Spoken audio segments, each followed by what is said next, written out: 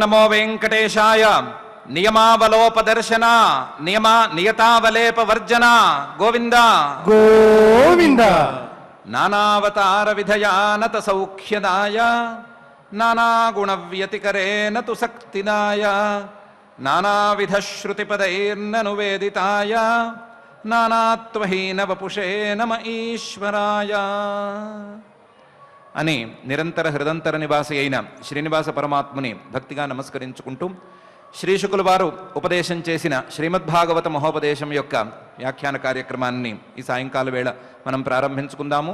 ప్రారంభంలో ఆచార్యుల వారితో కలిసి ప్రార్థనా శ్లోకాలను చదువుకుని ఈ కార్యక్రమానికి శుభారంభం చేసుకుందాము. ఓం నమో వెంకటేశాయ. శ్రీ గురు ప్రార్థనా. గురుర్బ్రహ్మా గురుర్విష్ణు గురుర్దేవో మహేశ్వరః గురుః సాక్షాత్ పరం బ్రహ్మ తస్మై శ్రీ గురవే నమః. శ్రీనివాస ప్రార్థనా. మారుతీడ్యపదాబ్జాయ మారమాతృప్రియాయ చ మారుతాయామలభ్యాయ శ్రీనివాసాయ తే నమః. అథ సంకల్పః.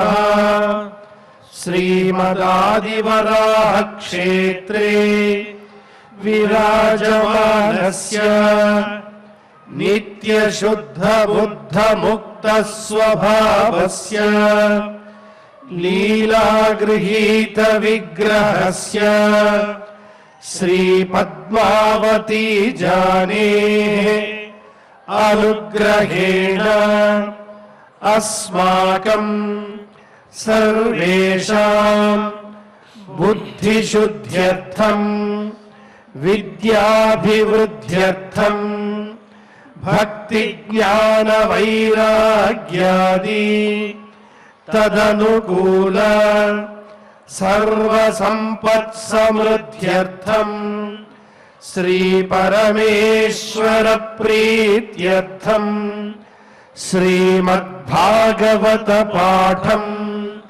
కరిష్యామహే. అస్య శ్రీమద్భాగవత స్తోత్ర మహామంత్రస్య నారద ఋషిః బృహదీ ఛందః శ్రీకృష్ణః పరమాత్మా దేవతా బ్రహ్మ బీజం భక్తిః శక్తిః జ్ఞాన వైరాగ్యే కీలకం అస్మాకం శ్రీమద్భగవత్ ప్రసాద సిద్ధ్యర్థే పాఠే వినియోగః ధ్యానం. నారాయణానల నిధాన పవిత్ర గర్భం శ్రీవ్యాససూత శుక శౌనక శంకుయుక్తం సత్కార పూర్వ చిరసేవన లభ్య భావం జ్ఞానారణిం మథత భాగవతం మహాంతం. శ్రీ గురుభ్యో నమః. బ్రహ్మగారు పరమాత్మ యొక్క వివిధ లీలావతారాలను గురించి వర్ణించి చెప్తున్నారు. సంగ్రహంగా చెప్పినా సరే ఆ అవతారం యొక్క ఉద్దేశ్యం ఏమిటి, ఆ అవతారంలో పరమాత్మ ప్రధానంగా చేయదలుచుకున్నది ఏమిటి అనే విషయాల్ని చెబుతూనే ఒక్కొక్క అవతారాన్ని చెప్తున్నారు. అందులో 5వ అవతారంగా సనాద్యవతారం అని సనక సనందన సనాతన సనత్కుమారులుగా నాకే మానసపుత్రులుగా పరమాత్మ అవతరించాడు. ఆ యొక్క కర్మఫల సమర్పణకు ఫలితంగా ఈ అవతారాన్ని ధరించాడు. ఈ అవతారంలో మునులకు కూడా ఆత్మవిద్యోపదేశాన్ని చేశాడు అనే విషయాన్ని 7వ అధ్యాయంలోని 5వ శ్లోకంలో బ్రహ్మగారు చెప్పారు. ఆ తర్వాత వచ్చేటువంటి నర నారాయణ అవతారాన్ని పై శ్లోకంలో 6వ శ్లోకంలో బ్రహ్మగారు ఇలా చెప్తున్నారు. ధర్మస్య దక్షదుహితుర్యజనిష్టమూర్త్యాం నారాయణో నర ఇతి స్వతపః ప్రభావః దృష్ట్వాత్మనో భగవతో నియమావలోపం దేవ్యస్త్వనంగపృతనా ఘటితుం నశేకుః అని 6వ అవతారమైనటువంటి నరనారాయణ అవతారంలో పరమాత్మ ధర్ముడు అనేటువంటి ఆయనకు దక్ష ప్రజాపతి కూతురైనటువంటి మూర్తి అనేటువంటి తల్లికి పుత్రులుగా పుట్టాడు. ధర్మస్య దక్ష దుహితరి అజనిష్ట మూర్త్యాం. దక్ష ప్రజాపతి కూతురైనటువంటి మూర్తికి ధర్ముడు అనే పేరు కలిగినటువంటి మహానుభావుడికి నారాయణో నర ఇతి, నారాయణ నరహ లేదా నరహ నారాయణ అనే పేర్లతో ఆయన అవతరించాడు. ఈ అవతారాన్ని తపస్సే ప్రధానంగా ఉంచుకోవటానికి, తపస్సును ఆచరించి అందరికీ చూపించటానికి ఆయన ఎంచుకున్నాడు. స్వతపః ప్రభావ, తన యొక్క తపస్సు యొక్క ప్రభావాన్ని, తపస్సును ఎంత ఏకాగ్రంగా చేసుకోవచ్చు అనే విషయాన్ని చూపించటానికి ఈ అవతారాన్ని పరమాత్మ ధరించాడు. స్వతపః ప్రభావ. ఈ అవతారంలో తపస్సును ఎంత ఏకాగ్రంగా పరమాత్మ చేసి చూపించాడంటే,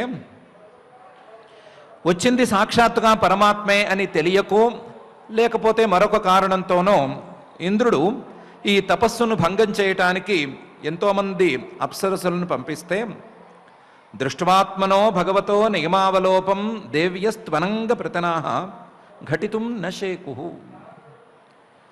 ఎంతోమంది అప్సరసులు ఇంద్రుడు పంపించగా వచ్చారు. వచ్చిన వారు ఎన్నెన్నో విన్యాసాలు చేశారు. చేస్తే ఈ ఇద్దరిలోనూ, ఇటు నరుడిలోనూ అటు నారాయణుడిలోనూ 2 రూపాలలో ఉండేటువంటి ఆ పరమాత్మలో ఏ విధమైనటువంటి వికారమో కనిపించకపోవటంతో, ఆ తపస్సు యొక్క నియమాలలో ఒక్క నియమం కూడా లోపించకపోవటం అనేది కనిపించేయటంతో, దృష్ట్వా ఆ ఆత్మనః భగవతో నియమావలోపం, మనం చేసే విన్యాసాల ద్వారా ఈయనలో ఏ రకమైనటువంటి వికారము కనిపించటం లేదు. ఒక్కొక్కరిలోనూ ఎవరు కదలను కూడా కదలటం లేదు, కనీసం కన్నులు తెరిచి చూడటం కూడా చేయటం లేదు అని వీళ్ళందరూ గమనించారు. గమనించి దేవ్యః, వచ్చిన వాళ్ళు సామాన్యులు కారు, చాలా మెరిసిపోతూ ఉండేటువంటి వాళ్ళు, సౌందర్యంతో అలలారుతూ ఉండేటువంటి వాళ్ళు, అనంగప్రతనాః, మన్మథుడి యొక్క సేనల్లాంటి వాళ్ళందరూ కూడా ఘటితుం నశేకుః, ఆశ్చర్యంతో విస్మయంతో కదలలేకుండా ఉన్నారు. ఏదో విన్యాసాలు చేద్దామని కొంత దూరం చేసి ఉన్నట్టుండి ఏమీ వికారం కనిపించకపోవటంతో, ప్రయోజనం లేదు అనే విషయం తేలిపోవటంతో కదలకుండా అలా స్తబ్దంగా స్థాణువుల్లా ఉండిపోయారు. వచ్చిన వాళ్ళు పని మానుకోవలసిందే తప్ప వీళ్ళు మాత్రం వీళ్ళ పనిని మార్చుకోలేదు. అలాంటి ఉత్తమమైనటువంటి తపస్సును ఈ అవతారంలో పరమాత్మ చూపించాడు అని బ్రహ్మగారే చెప్తున్నారు. దృష్ట్వా ఆత్మనో భగవతో నియమావలోపం దేవ్యస్త్వనంగప్రతనాః ఘటితుం నశేకుః అని. వచ్చిన వాళ్ళు ఎవరు సామాన్యులు కారు. ఊర్వశి, మేనక, రంభ అనే పేర్లతో ప్రసిద్ధమైనటువంటి అప్సరసలు వాళ్ళు. ఒక్కొక్కళ్ళకి ఒక్కొక్క స్పెషాలిటీ ఉంది. ఊర్వశి గారిని తీసుకుంటే, ఈ లోకంలో ఇంతకు మించి అందం అనేది ఉండకూడదు, నా సృష్టిలో ఇదే ఒక టాప్ ఎండ్ సౌందర్యంగా నిలిచిపోవాలి అని బ్రహ్మగారు తొడగొట్టి మరి సృష్టి చేసినటువంటి అప్సరస ఆవిడ. ఊరువుల నుంచి పుట్టుకొచ్చింది కాబట్టి, తొడగొడితే పుట్టింది కాబట్టి ఊర్వశి అని పేరు పెట్టారు. ఆ స్థాయి అందం ఆవిడది. ఇంకొక ఆవిడ మేనక అనేటువంటి ఆవిడ్ని విశ్వామిత్రుడి మీదకి ఒకసారి పంపిణీ చేస్తే, విశ్వామిత్రుడిని ఒళ్ళో పడుకోబెట్టుకుంటే ఆ విశ్వామిత్రుడు కళ్ళు మూసుకున్నట్ట, మళ్ళీ కళ్ళు తెరిచేసరికి 10,000 ఏళ్ళు గడిచిపోయినాయి. అలా ఆయన్ని మాయ చేయగలిగినంత స్థాయిలో ఉండే అప్సరస ఆవిడ. ఇంకో ప్రమలోచ అని ఇంకొక మహానుభావురాలు ఉంది. ఆవిడ పాట పాడటంలోనూ పాడి అట్రాక్ట్ చేయటంలోనూ చాలా స్పెషలిస్టు. ఆవిడ సా పాసా అని మొదటి ఏదో పంచమ స్వరాన్ని గొంతు సవరించుకోవటానికి మొదలు పెడితే ఆ పంచమస్వరానికే కండు మహర్షి అనేటువంటి మహానుభావుడు 1000 ఏళ్ల పాటు మైమరిచిపోయి కూర్చునున్నాడు. అలాంటి హిస్టరీ ఉన్నవాళ్ళు, అలాంటి చరిత్ర ఉన్నవాళ్ళు ఇందులో ఉన్నారు. వీళ్ళందరూ అనంగ ప్రతనాహ, మన్మథుడు యొక్క సేనలలో భాగమైన వాళ్ళు. వీళ్ళు దేవ్య, మెరిసిపోయేటువంటి అందం ఉన్నవాళ్ళు. మానవలోకంలో అలాంటి అందం చూడటం అనేది సాధ్యమే కాదు. అలాంటి అందం ఉన్నవాళ్ళు, మహా అందగత్తెలు వాళ్ళందరూ. వాళ్ళందరూ ఇంద్రుడు పంపించగా వీళ్ళిద్దరి మీదకి వచ్చారు. వచ్చిన వాళ్ళు వాళ్ళ కర్తవ్యాన్ని వాళ్ళు నిర్వహించాలి కదా. వాళ్ళ రాజుగారు చెప్పిన పని వాళ్ళు చేయాలి కదా. చేద్దామని కొంత విన్యాసాలు ఏవో చేశారు. కొంతమంది పాటలు పాడారు, కొంతమంది నాట్యం ఆడారు, కొంతమంది ఏమో ఏదో క్రీగంట చూశారు, ఓరకంట చూశారు. ఒక మహానుభావుడు చెప్పినట్టు ఐమూలగా కూడా చూశారు. ఎన్ని మూలలు చూసినా ఏం చేసినా సరే వీళ్ళలో ఏ వికారము కనిపించకపోయేసరికి ఇలాంటి వాళ్ళని ఇంతవరకు మనం చూడలేదు మన హిస్టరీలో. ఎంతోమంది పెద్ద పెద్ద వాళ్ళని చూశాం కానీ ఎవరూ ఇలా స్తబ్దుగా కూర్చున్నది లేదే అని ఆశ్చర్యపోయి కదలకుండా స్తబ్దంగా మారిపోయారు. ఆశ్చర్యంగా చూడటం మాత్రమే కాకుండా, స్తబ్దంగా మారిపోవటం మాత్రమే కాకుండా భయపడి కూడా కట్టకట్టినట్టు ఊరుకుండిపోయారు. ఇంతటి మహానుభావులు మనం ఇంత చేసినా సరే కదలటం లేదు. వీళ్ళ యొక్క తపఃప్రభావం ఏముందో మనకు తెలియనే తెలియదు. ఇలాంటి వాళ్ళు కళ్ళు తెరిచి పొరపాటున మనల్ని శపిస్తే మన పరిస్థితి ఏంగాను అని భయపడిపోయి వాళ్ళందరూ ఉన్నవాళ్ళు ఉన్నట్లుగా స్టాచ్యూ అన్నట్టుగా నిలబడిపోయి ఉన్నారు. పని మానేశారు, మళ్ళీ తిరిగి కూడా వెళ్ళలేదు. ఉన్నవాళ్ళు ఉన్న చోట ఉండిపోయారు. ఆ స్థాయిలో వికారాలు లేకపోవటం అనేదాన్ని ఈ అవతారంలో పరమాత్మ ప్రదర్శించాడు అని బ్రహ్మగారు నారద మహర్షి గారికి మనందరికీ కూడా చెప్తున్నారు. ఆయన యొక్క జన్మ రహస్యాన్ని కూడా ధర్మస్య దక్షదుహితురు యజనిష్ట మూర్త్యాం అని చెప్పటం ద్వారా ధర్మాన్ని మనసులో ఉంచుకుని ధర్మమూలమైనటువంటి జన్మను ధరించి ధర్మప్రధానంగా ఉంటూ తపస్సును ఆచరించి చూపిస్తూ ఏ వికారాలకు లొంగనటువంటి సామర్థ్యాన్ని ఈ అవతారంలో పరమాత్మ కనపరిచాడు అని చెప్తున్నారు. ధర్మస్య దక్ష దుహితరి యజనిష్ట మూర్త్యాం నారాయణో నర ఇతి స్వతపః ప్రభావః దృష్ట్వాత్మనో భగవతో నియమావలోపం దేవ్యస్త్వనంగప్రతనాః ఘటితుం నశేకుః అని. బాగానే ఉంది. పరమాత్మ అంతటి వాడు ఇంత వికారాలు లేకుండా ఉండటాన్ని చూపించవలసిన అవసరం ఏముంటుంది? ఎంతోమంది మహర్షులు చేసి చూపించారు కదా. ఎంతోమంది మహర్షులు ఇలాంటి వికార హేతువులు వచ్చినప్పుడు వికారాలని అధిగమించటానికి ఎన్నెన్నో ప్రయత్నాలు చేసి మనకు చూపించారు కదా. ఎంతెంతో మంది ఇలా వికారాలను ప్రదర్శించడానికి వచ్చిన వాళ్ళ మీద కోపంతో వాళ్లకు శాపాలు కూడా పెట్టి మీరు ఇక్కడి నుంచి వెళ్ళిపోండి అని కూడా చెప్పారు కదా. ఇలా ఇంతమంది ఉంటూ ఉండగా పరమాత్మే ప్రత్యేకించి ఎందుకు దిగాల్సి వచ్చింది? ఇందులో అంత విశేషమేముంది? వికారాలు లేకుండా ఉండటం అనేది ఎంతోమంది చూపించారు కదా. వికారాలు లేకుండా ఉండటానికి ఏం కావాలి అంటే తీవ్రమైన పట్టుదల కావాలి. అవసరమైతే ఆ వికారాలు కలిగినప్పుడు కోపం వచ్చేసేటువంటి పరిస్థితి అయినా ఉండాలి. వికారం కలిగిందంటే కోపం రావాలి. అలాంటి పరిస్థితుల్లో చాలామందే ఉన్నారు కదా. అలాంటప్పుడు పరమాత్మే ప్రత్యేకించి రావటము, దాని గురించి మనం గొప్పగా చెప్పుకోవటం అనేది ఎందుకు అని అడిగితే, ఒక్కొక్క శ్లోకంలో ఒక్కొక్క అవతారం మాత్రమే చెప్పాలి అని ఇంతవరకు పాటిస్తూ వస్తున్నటువంటి నియమాన్ని కూడా దాటిపోయి బ్రహ్మగారు పై శ్లోకంలో దానికి కారణం చెప్తున్నారు. కామం దహంతి కృతినో నను రోషదృష్ట్యా రోషం దహంత ముతతే న దహంత్యసహ్యం సోయం యదంతరమలం ప్రవిశన్ బిభేతి కామః కథన్ను పునరస్య మనశ్రయేత అని. నిజమే, మీరు చెప్పిన తాలూకు వాళ్ళు ఉన్నారు. మీరు చెప్పినట్లుగా వికారాలు కలిగినప్పుడు కోపాన్ని ప్రదర్శించిన వాళ్ళు ఉన్నారు. కామం దహంతి కృతినః నను రోష దృష్ట్యా, ఎంతోమంది పెద్ద పెద్ద వాళ్ళే ఉన్నారు. వాళ్ళలో కామ వికారాల్లాంటివి కలిగినప్పుడు ఆ కామ వికారాలను కలిగించటానికి ప్రయత్నం చేసిన వారిని కాల్చి పారేసిన వాళ్ళు కూడా ఉన్నారు. కామం దహంతి కృతినః నను రోషదృష్ట్యా. ఎలా కామాన్ని కాల్చేశారు వాళ్ళు? కామాన్ని, ఆ కామ హేతువుల్ని ఎలా కాల్చేశారు అంటే కోపంతో కాల్చేశారు. కోపంతో కాల్చేశారు అంటే ఈ కోపంతో కామాన్ని జయించచ్చు అని వాళ్ళకి ఎవరు చెప్పారు అంటే పరమేశ్వరుడు చెప్పాడు అని అనుకుంటున్నారు. పరమేశ్వరుడు మన్మథుడు వచ్చే ఏదో పూలబాణం వెయ్యపోతే కళ్ళు తెరిచి, మూడవ కన్ను తెరిచి ఒక్కసారి ఆ మన్మథుడిని భస్మం చేసేశాడు. కాబట్టి మనం కూడా మన్మథుణ్ణి, ఆ కామాన్ని, కామహేతువుల్ని, వీటిలన్నిటినీ కోపంతో గెలవాలి అని భ్రమపడుతూ చాలామంది చేశారు. కామం దహంతి కృతినః నను రోషదృష్ట్యా. కానీ వాళ్ళందరూ ఒక పాయింట్ మర్చిపోయారు. ఏంటి అంటే ఈ కామం కంటే క్రోధం లేదా కోపం ఇంకా డేంజరస్ అనే విషయాన్ని మర్చిపోయారు. కామం అనేది లోపల ఉండేటువంటి భావాలన్నిటినీ, మనసులో ఉండేటువంటి మంచి భావాలన్నిటినీ దహించేసినట్లే కోపం దహిస్తుంది. ఇంకా చెప్పాలంటే అంతకంటే ఎక్కువ స్థాయిలో దహిస్తుంది.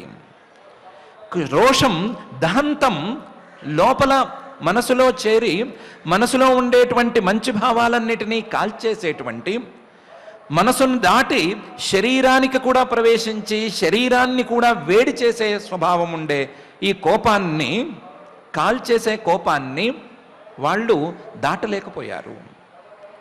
కామం డేంజరస్సా, కామం కంటే క్రోధం డేంజరస్సా అంటే కోపం గురించే చెప్పుకోవాలి. కోపం, రోషం దహంతం ఉతతే నదహంతి. వాళ్ళు ఈ కోపాన్ని మాత్రం జయించలేకపోయారు. కామాన్ని జయించాలనుకుని కోపాన్ని పట్టుకుంటే కోపం అంతకంటే ఎక్కువ హాని చేస్తోంది అనే విషయాన్ని గ్రహించలేకపోయారు. ఈ కోపం అనేది, రోషం అనేది అసహ్యం, సహించలేరు. ఎవరు ఈ కోపాన్ని భరించలేరు. ఈ కోపం వచ్చినప్పుడు ఆ కోపం ద్వారా ఎదుటివారికి హాని జరగటం అనేది పక్కన పెడితే, కోపం ఎవరికి వచ్చిందో వాళ్ళకే హాని ఎక్కువ జరుగుతుంది అనే విషయం అనుభవంలో తెలుస్తూనే ఉంటుంది. ఈ కోపం అనేది అసహ్యం అని తెలుస్తూనే ఉంటుంది. కానీ ఈ అసహ్యమైన కోపాన్ని దాటలేక ఈ కోప ప్రభావంతో వికారాలను జయించాలి అని కొంతమంది అనవసరంగా భ్రమపడ్డారు. రోషం దహంతం ఉతతే నదహంతి అసహ్యం. పరమాత్మ ఈ అవతారంలో ప్రత్యేకించి ఏం చెప్పదలుచుకున్నాడు అంటే, నేను కామ వికారాన్ని కోపంతో జయించటం లేదు, ఈ కామాలను కోపం అనేటువంటి అంతకుమించి పెద్ద స్థాయి దోషంతో గెలవటం లేదు. సోయం యదంతరమలం ప్రవిశన్ బిభేతి, నేను ఈ కోపాన్ని భయపెడుతున్నాను అని చూపిస్తున్నాడు. కోపం ఆ పరమాత్మలోకి ప్రవేశించటానికి భయపడుతోంది, లేదా ప్రవేశిస్తే నా పని అయిపోతుంది, నేను చల్లారిపోవలసి వస్తుంది అని భయపడుతోంది.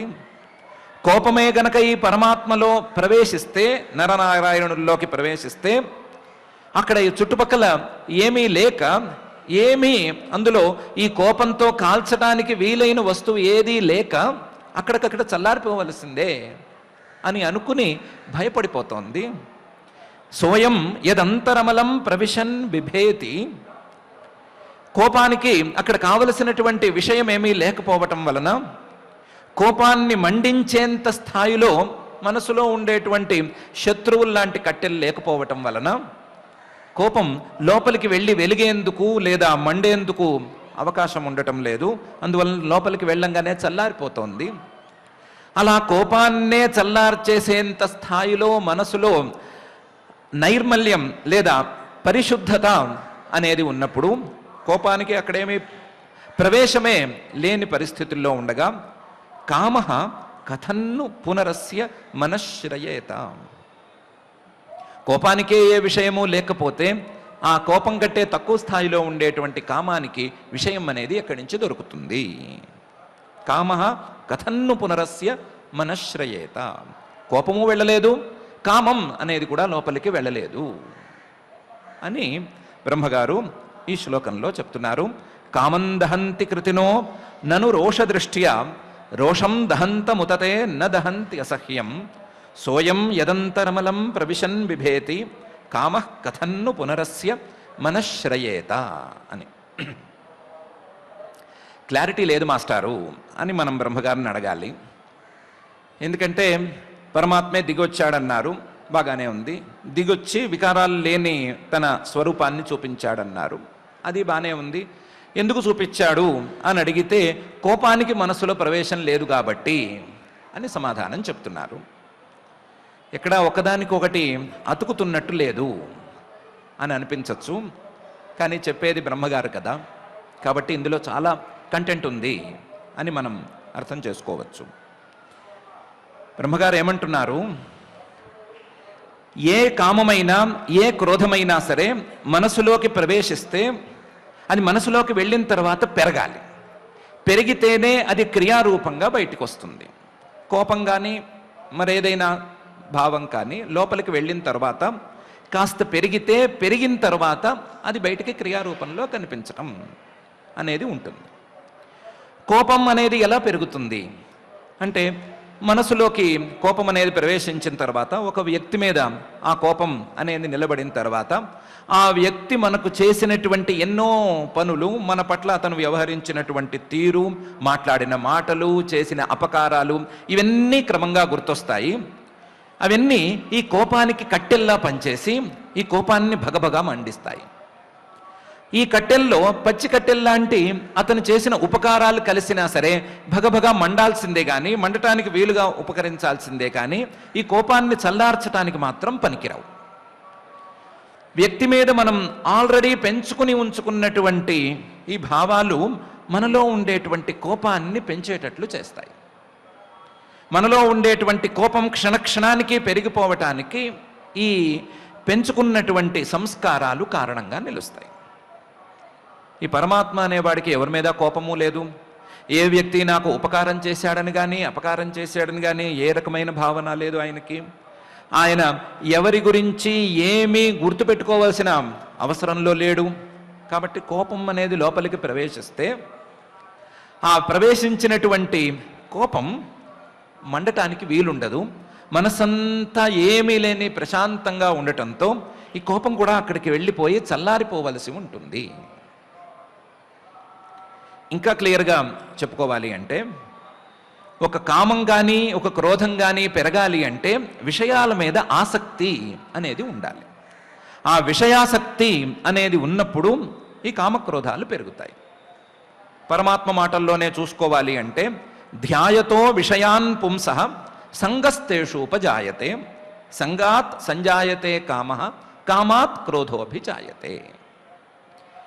ఏ విషయాలను గురించైనా సరే ఆలోచిస్తూ ఉంటే ఆ విషయాలు సంస్కార రూపంలో మనసులో పోగుబడి ఉంటే ధ్యాయతో విషయాన్ పుంసః సంగస్తేషు ఉపజాయతే, ఆ విషయాల మీద ఆసక్తి అనేది ఏర్పడుతుంది. మనసులో సంస్కార రూపంలో పోగుబడినటువంటి విషయాల మీద ఆసక్తి అనేది ఏర్పడుతుంది. ఆ ఆసక్తి ద్వారా ఆ విషయాల మీద కోరిక అనేది పుడుతుంది. సంగాత్ సంజాయతే కామః. ఆ కోరిక గనక తీరకపోతే లేదా తీరితే కష్టమని అనిపించిన ప్రస్తుతాన్ని బట్టి వెంటనే కోపం అనేది ఏర్పడుతుంది. ఈ కోపానికి కూడా ఇందాక చెప్పుకున్నటువంటి విషయ సంస్కారాలే కారణం కానీ మరొకటి కాదు. కానీ ఈ కోపానికి ఫలితం మాత్రం చాలా తీవ్రంగా ఉంటుంది. క్రోధాత్ భవతి సమ్మోహః, సమ్మోహాత్ స్మృతి విభ్రమః, స్మృతిభ్రంశాత్ బుద్ధినాశః, బుద్ధినాశాత్ ప్రణశ్యతి. దాదాపు వినాశం వరకు కూడా దీని దుష్ఫలితాల యొక్క ప్రభావం ఉంది. కోపం అనేది వినాశాన్ని కొని తెస్తుంది. కోపం అనేది వినాశాన్ని కొని తెస్తుంది కాబట్టి కోపం అనేది కామం కంటే డేంజరస్ అనే విషయాన్ని బ్రహ్మగారు ప్రత్యేకించి చెప్తున్నారు. ఈ రెండూ లేకుండా ఉండాలి అంటే క్రోధాలు రెండూ లేకుండా ఉండాలి అంటే మనసులో విషయాసక్తి అనేది లేకుండా ఉండాలి. మనసులో విషయాసక్తి లేకుండా ఉండాలి అంటే విషయ ఆలోచన అనేదే లేకుండా ఉండాలి. విషయాలను ఆలోచించటం అనేది పోతే ఆసక్తి అనేది రాదు, ఆసక్తి రాకపోతే ఇవన్నీ రావు అనే విషయం పరమాత్మ మాటల్లో చాలా స్పష్టంగానే ఉంది. ఆ వరుస కూడా దాన్ని స్పష్టం చేస్తోంది. ఇక్కడ కూడా బ్రహ్మగారు ఈ కామక్రోధాదులకు ఆయన మనసులో చోటు లేదు అని చెప్పటం ద్వారా ఆయనకు అసలు విషయాసక్తి అనేది లేదు, విషయాసక్తికి మూలమైనటువంటి విషయాలోచన అనేది లేనే లేదు, కేవలం నిర్మలమైనటువంటి మనస్సు మాత్రమే ఉంది. నిర్మలమైనటువంటి మనసులో, విషయాసక్తికి విషయ ఆలోచనకు చోటు లేని మనసులో కామక్రోధాదులు ప్రవేశించలేవు అని బ్రహ్మగారు చెప్తున్నారు. ఆ ప్రవేశించలేవు అని చెప్పటానికి ప్రత్యక్ష ఉదాహరణంగా పరమాత్మ తానే దిగి వచ్చి చూపిస్తున్నాడు అని అంటున్నారు. క్లియర్గానే ఉంది కదా. విషయాసక్తి ద్వారా వచ్చేటువంటి కామక్రోధాలు, కామక్రోధాల ద్వారా కలిగేటువంటి దుష్ప్రయోజనాలు, వీటికి దూరంగా ఉండాలి అంటే మనస్సును నిర్మలంగా ఉంచుకోవటం అనేది ఒక్కటే మార్గం. ఆ ఒక్కటే మార్గమైనటువంటి తపస్సుని, ధర్మాన్ని నరనారాయణ అవతారంలో పరమాత్మ మనకు చూపిస్తున్నాడు అని బ్రహ్మగారు చెప్పదలిచారు.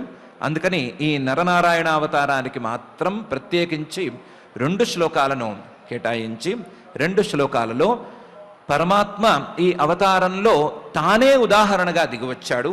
ఉపదేశం నోటితో చేయదలుచుకోలేదు, తాను ఆచరించి చూపించి అందరికీ నేర్పించదలిచాడు. కాబట్టి నేర్చుకోవలసినటువంటి అవసరం కానీ, నేర్చుకోవలసినటువంటి అవకాశం కానీ అందరికీ ఉంది అనే విషయాన్ని బ్రహ్మగారు చెప్తున్నారు.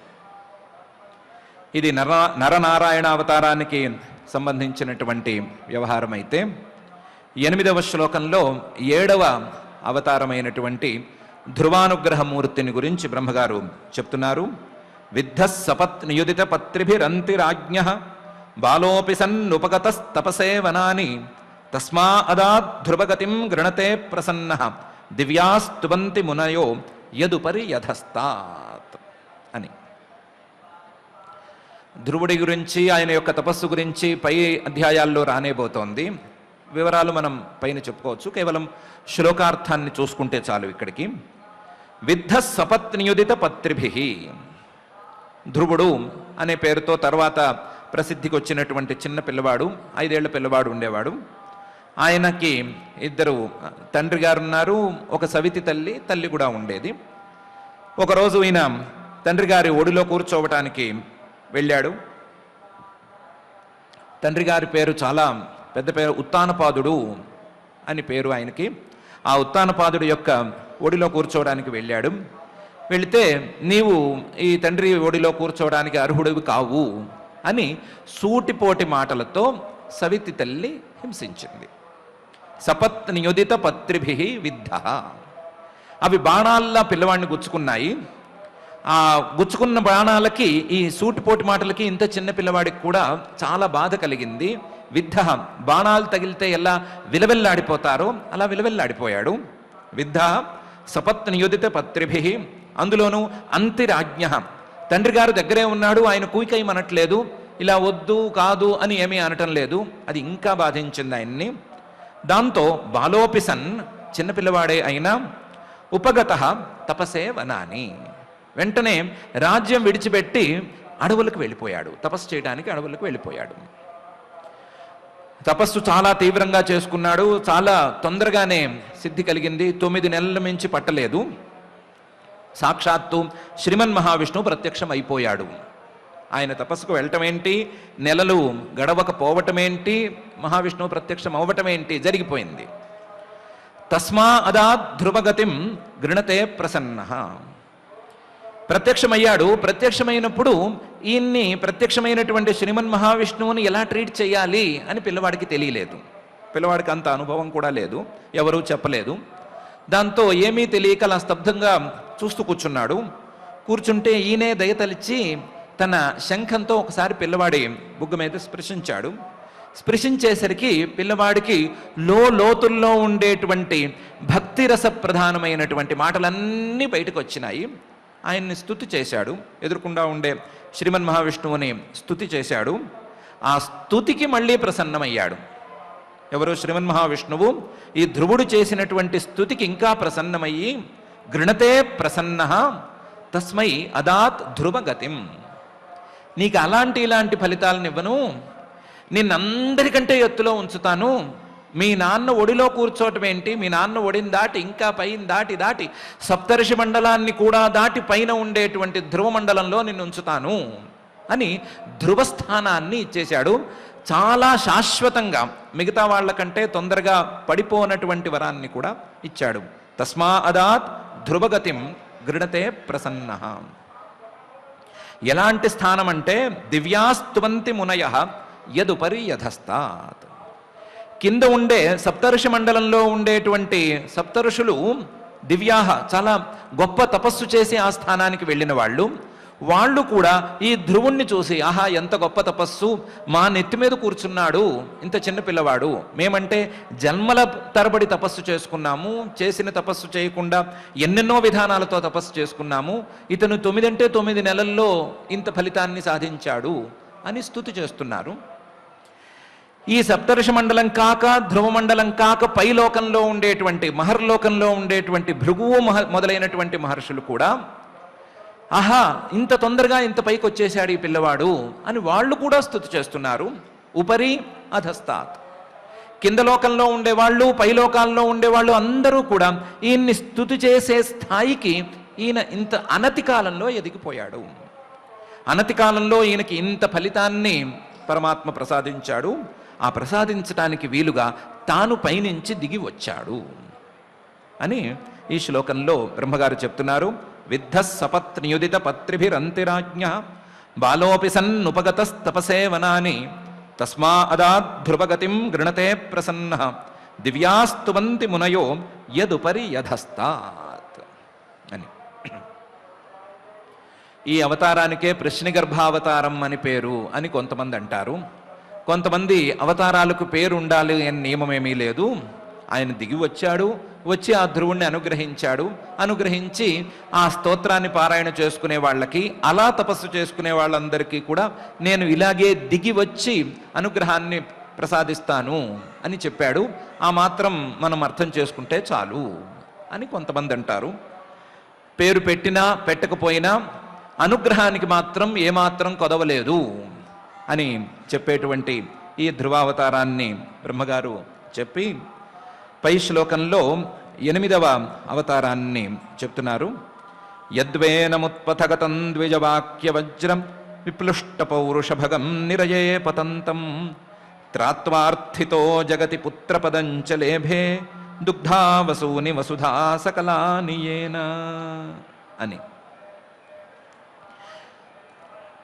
ఈ 8వ అవతారంలో పరమాత్మ పృథువు అనే పేరుతో దిగి వచ్చాడు. పృథువు అనే పేరుతో ఒక రాజుగారుగా వచ్చాడు. ఆ పృథువు పేరు మీదే ఈ భూమికి పృథివీ లేదా పృథ్వీ అనే పేరు వచ్చింది. ఆ పృథువు అనేటువంటి అవతారం రావటానికి ముందు చాలా పెద్ద తతంగమే జరిగింది. యద్వేన ముత్పథగతం ద్విజవాక్య వజ్ర విప్లుష్ట పౌరుష భగం అని ఎంత పెద్ద తతంగం నడిచింది. ఈ పృథువు గారి తండ్రి గారు, పేరుకు తండ్రి గారు, ఈయన వేణుడు అనేటువంటి ఒక మహారాజు గారు, మహాపరాక్రమవంతుడు, చాలా ప్రభావం ఉండేది ఆయనకి. కాకపోతే ఈ పరాక్రమంతోనూ ఈ ప్రభావంతోనూ ఆయనకి అహంకారం చాలా పెరిగిపోయింది. పెరిగిపోయి ఈ సృష్టిలో నేనే అందరికంటే గొప్పవాణ్ణి అని అనిపించటం మొదలైంది. ఆ అనిపించటం క్రమంగా అనటం దాకా కూడా వెళ్ళింది. ఆ అనటం క్రమంగా అధికార మదంతో అందరినీ ఒప్పించడం దాకా వెళ్ళింది. వెళ్ళి నేనే అందరికంటే పెద్దవాణ్ణి కాబట్టి ఈ సృష్టిలో యజ్ఞయాగాదులు చేయనక్కర్లేదు. ఎవరైనా సరే ఒకవేళ దేవతానుగ్రహం లాంటి ఫలితాలు ఏమైనా కావాలని అనుకుంటే ఆ యజ్ఞయాగాదులు చేసే వస్తువులన్నీ తీసుకొచ్చి నాకు సమర్పిస్తే చాలు, నేనే ఫలితం ఇస్తాను, నేనే అందరికంటే ఎక్కువ ప్రభావం కలిగిన వాణ్ణి అని చెప్పడం మొదలుపెట్టాడు. చెప్పటం కాదు, అందరినీ బలవంతం చేయటం మొదలుపెట్టాడు. ఇలా బలవంతం చేస్తున్నాడు. ఆ బలవంతం ప్రకారం కొంతమంది సామాన్యులు, మధ్యములు, ఎందుకు రాజుగారితో తగాదా అనుకునే వాళ్ళు ఉంటారు కదా, వాళ్ళందరూ యజ్ఞయాగాదులను చేయటం మానేశారు. మానేయటంతో లోకంలో అంతా అల్లకల్లోలంగా ఉంది. ధర్మం నడవట్లేదు, యజ్ఞయాగాదులు లేవు, వేదాలకు ఈయన చెప్పిందే అర్థం. అలాంటి పరిస్థితుల్లో ఉండగా ఋషులు, భృగువు మొదలైనటువంటి మహర్షులందరూ చేరి ఆయన దగ్గరికి వెళ్ళారు. వెళ్ళి ఇలా చేయకూడదు, మీరు గొప్పవారు, అందులో సందేహం లేదు, మిమ్మల్ని మేము అందరం గౌరవిస్తాము, కానీ అందరికంటే నేనే గొప్పవాణ్ణి అని అనటానికి వీల్లేదు. అందరికంటే గొప్పది చాలా ఉంటాయి. మీకంటే ధర్మం గొప్పది, ధర్మం కంటే దాన్ని బోధించే వేదం గొప్పది, వేదం కంటే ఆ వేదాన్ని బోధించే పరమాత్మ గొప్పవాడు, ఇలా చాలా ఉంటాయి. మీరు వాటన్నిటినీ మానేసి నేనే గొప్పవాణ్ణి అని చెప్పుకోవటం, దానికి తగ్గట్లుగా నడుచుకోమని చెప్పటం ఇదేం బాగాలేదు అని మెత్తగా చెప్పి చూశారు. అప్పటికే అధికారమదం తలకెక్కి ఉన్నాడు అయ్యగారు. దాంతో వీళ్ళందరినీ గట్టిగా తిరస్కరించాడు. మిమ్మల్ని శిక్షిస్తాను అది ఇది అన్నారు. దాంతో ఈ మహర్షులకి కోపం వచ్చి ఒక్కసారి హుమ్ అన్నారు. ఏదో కోపం వస్తే అన్నట్టుగా హుమ్ అన్నారు. అది ఆ హుంకారం కాస్త ఇంతమంది మహర్షులు ఏకకాలంలో ఆ హుంకారం చేయటంతో ఒక వజ్రాయుధంగా మారి ఆ వజ్రాయుధం కాస్త ఆ వేణుడి మీద పడి అక్కడికక్కడ వేణుడు కుప్పకూలిపోవటం అనేది జరిగిపోయింది. యద్వేనం ఉత్పథగతం, ధర్మ మార్గాన్ని దాటి ధర్మ మార్గాన్ని తిరస్కరించే స్థాయిలోకి వెళ్ళినటువంటి ఆ వేణుణ్ణి ద్విజ వాక్య వజ్ర విప్లుష్ట పౌరుష భగం. ఆ ద్విజవాక్యాలు అంటే బ్రాహ్మణోత్తములైనటువంటి ఆ మహర్షుల యొక్క వాక్యాలు వజ్రాయుధాలుగా మారితే, కేవలం హుంకారమే వజ్రాయుధంగా మారితే, ఆ వజ్రాయుధంలో ఇతని పౌరుషం పరాక్రమము భగం ఇతని యొక్క ఐశ్వర్యము మొత్తం కాలి బూడిదైపోయినాయి. అప్పటికప్పుడు అక్కడికక్కడ కాలి బూడిదైపోయినాయి. విప్లుష్ట పౌరుష భగం. అంతవరకు ఇతని పరాక్రమము ఇతని యొక్క ఐశ్వర్యము పనిచేస్తున్నాయి కాబట్టి వ్యవహారం నడిచింది. ఎప్పుడైతే ఈ రెండు కాలి బూడిదైపోయినాయో, మనిషి కుప్పకూలిపోయాడో, వెంటనే పైనుంచి వచ్చి రావాల్సిన వాళ్ళు, దున్నపోతల మీద వచ్చేవాళ్ళు వాళ్ళందరూ వచ్చేశారు. వచ్చేసి బరబరా ఈడ్చుకెళ్ళిపోయారు. ఈడ్చుకెళ్ళిపోయి నువ్వు ఉండాల్సిన చోటు ఇది కాదు, నీకోసం స్పెషల్గా 20 నరకాలని రెడీ చేశాము, అందులో కూడా ప్రత్యేకమైన సెక్షన్స్ని రెడీ చేశాము, నువ్వు చేసిన పాపాలకి అక్కడికి తీసుకెళ్తాము అని చెప్పి తీసుకెళ్ళి అక్కడ పారేశారు. నిరయే పతంతం, నరకంలో పడిపోయాడు. ఈ నరకంలో పడిపోవటానికి కాస్తంత ముందు వెనక్గా ఈ మహర్షులు హుంకారంతో వేణుణ్ణి పడేసిన తర్వాత, పడేయాలని అనుకోలేదు, కోపంతో ధర్మం మీద ఉండేటువంటి ఆవేశంతో ఆగ్రహంతో చేశారు. చేసిన వాళ్ళు అయ్యో ఇంత పని చేశామేమిటి, మనం హుంకారం చేస్తే రాజుగారు కింద పడిపోవటం ఏంటి, రాజ్యం అంతా అరాచకం అయిపోవటం ఏంటి, అరాచకమైనటువంటి రాజ్యంలో ఏ పని జరగదు, ధర్మం నిలవదు, మళ్ళీ ఇంత మహాపరాక్రమవంతుడు పుట్టడానికి కూడా వీలుండదు, ఇతనికి ఆ పుత్ర సంతతి లేదు, ఎలా ఇప్పుడు ఈ రాజ్యాన్ని నిలబెట్టడం అని ఆలోచన చేసి చేసి చేసి చివరికి ఇదేదో మేము కావాలనుకుని చేసింది కాదు, అందరము అసంకల్పితంగా ఏదో ఎవరో మమ్మల్ని అందరినీ ఏకకాలంలో తోసినట్లుగా ఈ పని చేశాం కాబట్టి, ఏదో పరమాత్మ సంకల్పంతోనే ఇది జరిగినట్లుగా ఉంది కాబట్టి ఇప్పుడు పరమాత్మే దిగి వచ్చి ఈ పరిస్థితులన్నిటినీ సర్దాలి అని నిర్ణయించుకున్నారు. నిర్ణయించుకుని ఆ పరమాత్మనే ఒకసారి ప్రార్థించారు. ఏమని? నువ్వు దిగి రావాల్సిందే, నువ్వు వచ్చి సర్దుబాటు చేయవలసిందే. ఎందుకంటే ఇతను మొత్తం పాడు చేసి పెట్టాడు, రాజ్యంలో ఉండేటువంటి పరిస్థితులన్నిటినీ పాడు చేసి పెట్టాడు. ఇప్పుడు ధర్మం చెప్పినా సరే ఎవరు వినరు, ఎందుకంటే బద్ధకానికి అలవాటు పడిపోయారు. అందుకని ఇలాంటి పరిస్థితులలో మళ్ళీ ఒకసారి నువ్వు దిగితే కానీ ఈ పరిస్థితులేమీ చక్కబడవు. ఇది కాక 2 ప్రధానమైనటువంటి అంశాలు, ఇష్యూస్ ఉన్నాయి. ఒకటి, ఇతను చేసినటువంటి అధర్మానికి ఫలితంగా ఆల్రెడీ భూమాత ఇక్కడి నుంచి బయలుదేరి వెళ్ళిపోతోంది, భూమిలో సారం అనేది ఉండకుండా ఉంది. రెండవది, ఇప్పుడు జరిగినటువంటి సంఘటనకు ప్రతిగా ఇతను నరకంలోకి పడిపోతున్నాడు. కనీసం ఇతనికి ఉత్తర క్రియలు చేయటానికి కూడా ఇతనికి పుత్ర సంతతి అనేది లేదు. కాబట్టి ఇలాంటి సంక్లిష్టమైన వ్యవహారాలని సర్దటానికి నువ్వే దిగి రావాలి అని పరమాత్మను ప్రార్థించారు. ప్రార్థిస్తే పరమాత్మ వాళ్ళతో చెప్పాడు, ఇతని యొక్క పరాక్రమం వ్యర్థం కాకూడదు, ఇతని కుడి భుజాన్ని మీ అరణులతో మథించండి. అరణులు అంటే అగ్నిని మథించడానికి, అగ్నిని పుట్టించడానికి ఉండే ప్రత్యేకమైనటువంటి కర్రలు లాంటివి. వాటితో ఈయన కుడి భుజాన్ని మథించండి, మథిస్తే నేను పుట్టుకొస్తాను అని చెప్పాడు. చెబితే వీళ్ళందరూ ఆ అరణులతో వేణుడి యొక్క కుడి భుజాన్ని మథనం చేయటం మొదలుపెట్టారు. మథనం చేస్తే అందులోంచి ఇంత విస్తారమైన రూపంతో పృథువు అనేటువంటి పేరుతో పరమాత్మ పుట్టుకొచ్చాడు. పుట్టుకొచ్చిన వాడు ఏం చేశాడు అంటే, ఏ దేహాన్ని మథించటం ద్వారా తాను పుట్టుకొచ్చాడో ఆ దేహంలో ఉండేటువంటి ఆ వేణుణ్ణి తన తండ్రిగా మొదలు ఒప్పుకున్నాడు. ఒప్పుకుని ఆ తండ్రికి తాను పుత్రుడిగా ఉండటానికి అంగీకరించాడు. ముందు ఇది చేశాడు. ఈయన దేహం నుంచి నేను పుట్టుకొచ్చాను కాబట్టి ఈయనకి నేను పుత్రుణ్ణి అని అంగీకరించాడు. పుత్రుడు అంటే అర్థమేంటి అంటే, పుత్ అనేటువంటి పేరుతో 20 నరకాలు ఉంటాయి. ఇందాక మనం వేణుడి కోసం రెడీగా ఉన్నాయి అని చెప్పుకున్నాం కదా. వేణుడు గారి కోసమే కాదు, చాలామంది కోసం రెడీగా ఉన్నాయి ఆ నరకాలు. ఎక్కడ లేని తప్పులు చేసిన వారి కోసం రెడీగా ఉన్నాయి. అందరికీ ఎవరికి వారికి విడివిడిగా ఏర్పాట్లతో సిద్ధంగా ఉన్న నరకాలవి. ఆ పుత్ అనేటువంటి 20 నరకాల నుంచి కాపాడటం అనేదే ఈ పుత్రుడి యొక్క కర్తవ్యం. పున్నాంనః నరకాత్ త్రాయతే ఇది పుత్ర అని దాని వ్యుత్పత్తి. కాబట్టి ఇప్పుడు నా తండ్రి గారిని ఈ పుత్ అనేటువంటి పేరున్న నరకాల నుంచి నేను కాపాడాలి. కాపాడాలి అంటే ఆయనకు ఉత్తర క్రియలు లాంటివి చేసి పెట్టాలి.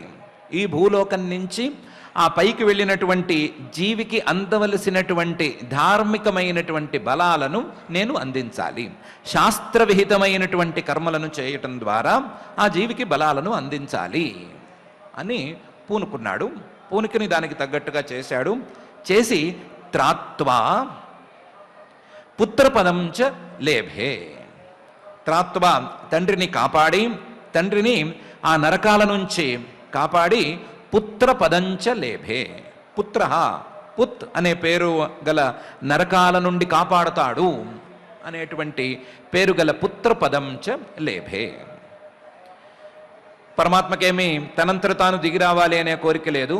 అర్థిత మహర్షులందరూ ప్రార్థన చేస్తే ఆ ప్రార్థనను అంగీకరించడానికి దిగొచ్చాడు. అర్థిత ఇలా చేశాడు. మహర్షులు ప్రార్థించినంత మాత్రాన మహర్షులు ఏదో కాస్త గందరగోళం సృష్టించి ఆ సృష్టించిన గందరగోళాన్ని సర్దటానికి నువ్వే దిగి రావాలి అని చెప్పినంత మాత్రాన ఈయన ఎందుకు వచ్చాడు అంటే, జగతి ఈ సృష్టిలో ఉండేటువంటి పుత్రులందరి కోసము, జగత్ కోసం ఆయన ఏం చేసినా సరే జగత్ కళ్యాణం కోసమే చేస్తాడు. కాబట్టి ఈ సృష్టిలో ఉండేటువంటి పిల్లలందరికీ పుత్రుడు అనేటువంటి పదానికి అర్థాన్ని తెలియచెప్పటం కోసం దిగొచ్చాడు. ఈ సృష్టిలో ఉండేటువంటి పిల్లలకు చిన్నప్పుడేమో తల్లిదండ్రులు ముద్దు చేసేస్తే ముద్దు చేయించుకోవటం, పెద్దయిన తర్వాత మేము ప్రాక్టికల్గా ఉంటాము, ఇప్పుడు ఉండేటువంటి ప్రాక్టికల్ సమస్యల్ని మేమే చేయలేము, ఇలాగే ఉంటాము అని చెప్పడం అలవాటైపోతుంది. భావి తరాల్లో ఇది జరిగిపోతుంది.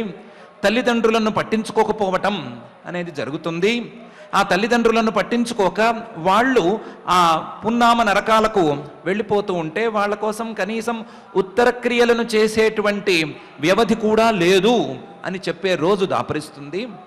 అలాంటి రోజు దాపరించినప్పుడు పరమాత్మే పుత్రుడుగా దిగి వచ్చినప్పుడు కూడా తన తండ్రి గారి పట్ల తన చిన్నప్పుడు పెంచకపోయినా, పెద్ద చేయకపోయినా, ఏ రకమైనటువంటి ఉపకారాన్ని అందించకపోయినా ఆ పరమాత్మే పుత్రుడిగా దిగి వచ్చినప్పుడు తండ్రి గారికి ఉత్తర క్రియలన్నీ చేశాడు. తండ్రి గారి యొక్క నరకాలను తప్పించటం అనేది నా యొక్క కర్తవ్యం అని భావించాడు. కాబట్టి మనం కూడా అలాగే ఉండాలి అని కనీసం తెలుసుకుంటారు. తెలుసుకుని దానికి తగ్గట్లుగా నడుచుకుంటారు. అలా నడుచుకోవటం కోసం నేనే దిగి రావాలి అని అనుకుని పరమాత్మ దిగి వచ్చాడు. కేవలం ఈ ఉత్తర క్రియలను చేయటం మాత్రమే కాకుండా ఈ పున్నామ నరకాలను దాటిన తర్వాత ఈ వేణ మహారాజు గారు చేసిన పాపాలన్నిటికీ ఫలితాలని అనుభవిస్తూ వస్తూ చివరికి మానవ జన్మలోనే కుష్ఠవ్యాధి పీడితుడిగా పుట్టిన తర్వాత ఆ కుష్ఠవ్యాధి పీడితుణ్ణి తన తండ్రిని మొదలు కనిపెట్టినవాడు తన తండ్రిగా ఇంతకుముందు ఉన్నవాడు ఇప్పుడు చేసిన పాపాలకు ఈ కుష్ఠవ్యాధిని అనుభవిస్తున్నాడు అని గుర్తించి ఈ కుష్ఠవ్యాధి పోవటానికి ఏం చేయొచ్చు అని ఆలోచించి కురుక్షేత్రంలో పృథూదకం అనే ఒక తీర్థం ఉందిట. ఆ తీర్థంలో ఈ కుష్ఠవ్యాధి పీడితుడైనటువంటి పూర్వజన్మపు తండ్రిని తీసుకెళ్ళి స్నానం చేయించి ఆ కుష్ఠవ్యాధి పీడను కూడా పోగొట్టాడు అని ఎన్నెన్నో పురాణాలు చెప్తున్నాయి. ఇలా తన తండ్రిని పై జన్మలోకి వచ్చినా సరే తండ్రిగానే భావించి తనకి ఏ ఉపకారము ఆయన చేయకపోయినా సరే ఆయన పట్ల కృతజ్ఞతగా ఉండవలసినటువంటి అవసరాన్ని అందరికీ, పిల్లలందరికీ చూపించటం కోసం ఈ పృథువు అనేటువంటి అవతారాన్ని పరమాత్మ స్వయంగా స్వీకరించి దిగివచ్చాడు అని బ్రహ్మగారు ఈ 30వ శ్లోకంలో యద్వేనముత్పథగతం ద్విజవాక్యవజ్ర విప్లుష్ట పౌరుషభగం నిరయే పతంతం త్రాత్మార్థితో జగతి పుత్రపదంచ లేభే అనేటువంటి 3 భాగాల్లో చెప్తున్నారు. ఇంకా కూడా 20 నరకాలు, పుత్ అనే పేరుతో నరకాలు ఉన్నాయన్నాం కదా. అలా కాదు, అసలు నరకాలన్నీ లేనే లేవు. 2 నరకాలు. ఒక నరకం ఈ లోకంలో ఉండే నరకం, ఇంకో నరకం పై లోకంలో ఉండే నరకం. ఈ లోకంలో ముసలి తల్లిదండ్రులకు కానీ, లేదా కాస్తంత శక్తి తగ్గిన తల్లిదండ్రులకు కానీ, సేవ అవసరమైనటువంటి తల్లిదండ్రులకు కానీ నీరు ఆహారము లభించకపోవటం అనేది నరకం కిందకే వస్తుంది. దాని పేరు కూడా పుత్తు అనే. ఈ తల్లిదండ్రులు ఈ లోకంలో ప్రాణాలతో ఉండంగానే, ఉన్నప్పుడే ఇలాంటి పరిస్థితులను అనుభవించవలసి వస్తే వాళ్ళు నరకంలో ఉన్నట్లే ఆల్రెడీ ఇదే ఈ లోకమే నరకం అయిపోతుంది. అలాంటి నరకం నుంచి తల్లిదండ్రులను రక్షించవలసిన వాడు పుత్తనే పేరుతో ఈ లోకంలో ఉండేటువంటి నరకం నుంచే రక్షించవలసిన వాడు పుత్రుడు అనే అర్థాన్ని తెలియజెప్పటానికి కూడా జగతి పుత్ర పదంచ లేభే అనే వాక్యాన్ని బ్రహ్మగారు చెప్తున్నారు అని కూడా కొంతమంది అంటారు. పైలోకంలో రాబోయే నరకాలు ఎన్ని ఉన్నాయని లెక్క పెడితే మనకేమొస్తుంది? పైలోకంలో ఉన్నది చాలా నరకాలు కావు, ఒకటే నరకం అని అనుకుందాము. ఆ పైలోకంలో ఉండే నరకాన్ని పోగొట్టడానికి ఉత్తర క్రియలు చేయటం అనేది తర్వాతి మాట, అది తర్వాత చూసుకోవాల్సిన మాట. ఉన్నప్పుడు వారిని ఇబ్బంది పెడితే, లేదా వారికి ఉన్నటువంటి ఇబ్బందులను తప్పించకపోతే వాళ్ళని ప్రత్యక్ష నరకంలోకి చేర్చేసినట్లే. అప్పుడు ఈ పుత్రుడు కాడు అని చెప్పటానికి పరమాత్మ త్రాత్వార్థితో జగతి పుత్ర పదంచ లేభే అని కొంతమంది చెప్తున్న వాళ్ళు కొంతమంది కాదు, వేదవ్యాస మహర్షే ఇంకో చోట ఇంకో రకంగా దీన్ని చెప్పాడు. కాబట్టి 20 నరకాలున్నాయి అని అనుకున్నాం, పైన ఒకే నరకం ఉందనుకున్నాం. ఆ పై నరకాన్ని తప్పించేవాడుగాను, ఈ లోకంలో తల్లిదండ్రులకి నరకం లాంటి అసౌకర్యాలను కలిగించకుండా ఉండటానికి ప్రయత్నం చేయవలసిందే అని చూపించేవాడు ఆ పరమాత్మ. అలా చూపించటానికి పుత్ర అనే పేరుతో ఈ పృథువు యొక్క అవతారంలో ఆయన దిగి వచ్చాడు అని బ్రహ్మగారు చెప్తున్నారు. ఇది అయిన తరువాత ఆ పుత్రుడుగా జన్మించినటువంటి పృథువు గారు ఆల్రెడీ చాలా ఇష్యూస్ ఉన్నాయి అనుకున్నాం కదా. భూదేవి ఇక్కడి నుంచి వెళ్ళిపోతోంది, తనలో ఉండేటువంటి సారాన్ని కోల్పోతోంది, ధర్మబలం లేక భూమిలోని సారం పోయింది అనేటువంటి ఇబ్బంది ఉంది అనుకున్నాం కదా.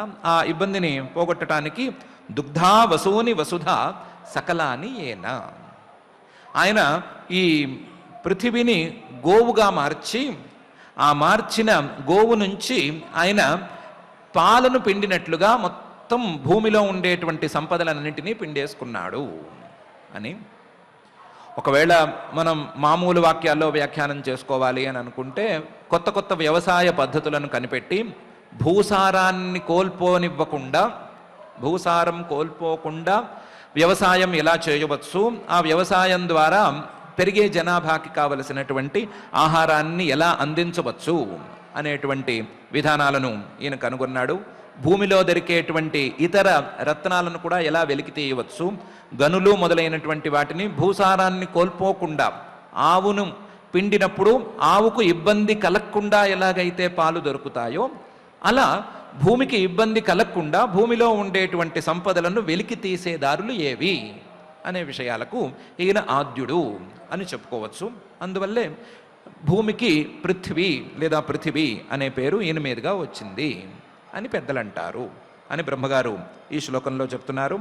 యద్వేనముత్పథగతం ద్విజవాక్యవజ్ర విప్లుష్ట పౌరుషభగం నిరయే పతంతం త్రాత్మార్థితో జగతి పుత్ర పదంచ లేభే దుగ్ధా వసూని వసుధ సకలాని ఏనా అనే ఈ శ్లోకంలో. ఈ పుత్రావతారం లేదా పృథువు అవతారం అయిపోయిన తర్వాత 9వ అవతారంగా ఋషభావతారంలో ఆయన స్వామి జన్మించాడు. నాభేరసా వృషభ ఆససుదేవి సూను యో వై చచార సమదృగ్జడయోగచర్యాం యత్పారమహంస్యమృషయః పదమామనంతి స్వస్థః ప్రశాంతకరణః పరిముక్తసంగః అని. ఋషభ అనే పేరుతో పరమాత్మ అవతరించాడు. ఆ అవతారంలో తండ్రి పేరు నాభి, తల్లి పేరు సుదేవి. ఈ నాభి సుదేవి అనేటువంటి దంపతులకి ఋషభ అనే పేరుతో పరమాత్మ జన్మించాడు. నాభేహే అసౌ ఋషభ ఆస సుదేవి సూను. సుదేవి పుత్రుడుగా, నాభికి పుత్రుడుగా ఆయన జన్మించాడు.